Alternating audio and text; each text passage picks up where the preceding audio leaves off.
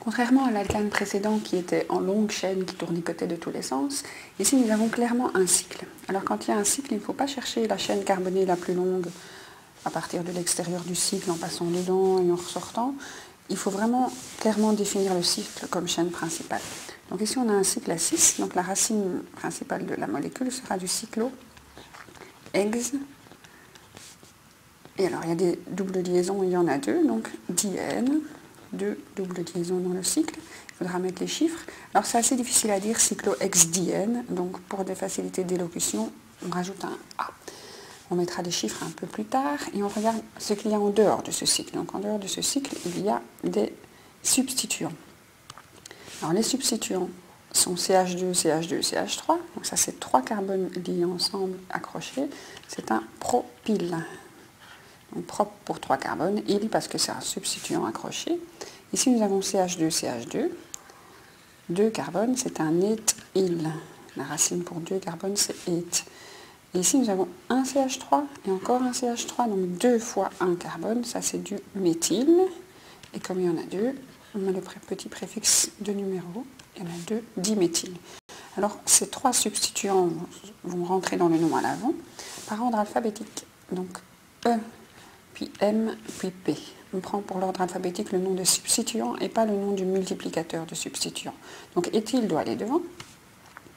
C'est le premier substituant à devoir être nommé, éthyle.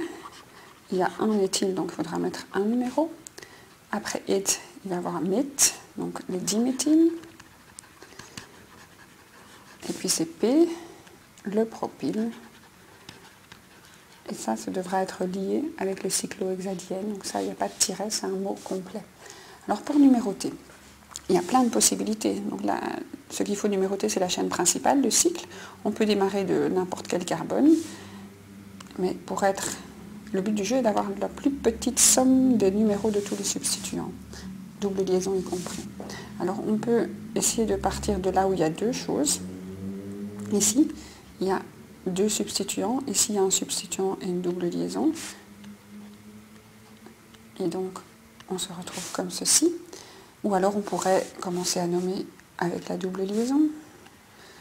Ici avec un substituant, deux substituants, pardon. Et ici c'est sympa parce que le chiffre le plus grand n'a rien dessus, alors que là le chiffre le plus grand a quelque chose dessus. Donc ce serait peut-être une façon logique aussi de compter. On va voir quelle possibilité a les plus petits chiffres. Donc l'éthyle. L'éthyle ici il est en 1. Les deux méthyles ils sont en 6 et en 1, donc on met ça dans l'ordre, 1, 6. Le propyle, il est en 2. Et les deux doubles liaisons, on prend le chiffre qui rencontre la liaison en premier. Donc 2 et pas 3, et 5 et pas 6. Donc 2, 5. Alors la somme de ces chiffres, 1 plus 1, 2 plus 6, 8, 9, 10, ça fait 17. On va voir si la deuxième possibilité choisie de compter les carbones dans le cycle va faire un chiffre plus petit. Donc on choisit éthyle, diméthyle, propyle,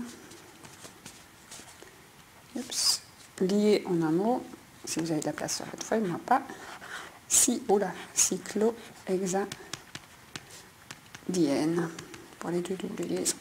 Alors l'éthyle, il est en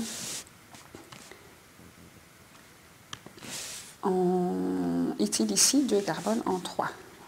Les deux méthyles en 4 et 3, donc 3 et 4, on les met dans l'ordre, propyle en 2, et les deux doubles liaisons, cette fois-ci c'est en 1 et en 4. Est-ce que la somme va être plus petite? 3 plus 3, 6 plus 4, 10, 11, 12, 13, ah ben ça fait 17 aussi. Alors quand on a deux possibilités de numérotation où on obtient le même chiffre, et vous pouvez encore essayer, je crois qu'il y a une troisième possibilité où on arrive aussi à 17, alors il faut choisir un petit peu et donner la priorité de numérotation aux substituants les plus importants. Et donc la double liaison est prioritaire sur des éthyles, des propyles. Donc la numérotation, ici, la meilleure, c'est celle-ci. Donc celle où la double liaison a le plus petit chiffre, mais dont la somme n'est pas plus grande qu'un autre. Donc parmi deux sommes les mêmes, on choisit celle où une double liaison a le plus petit chiffre.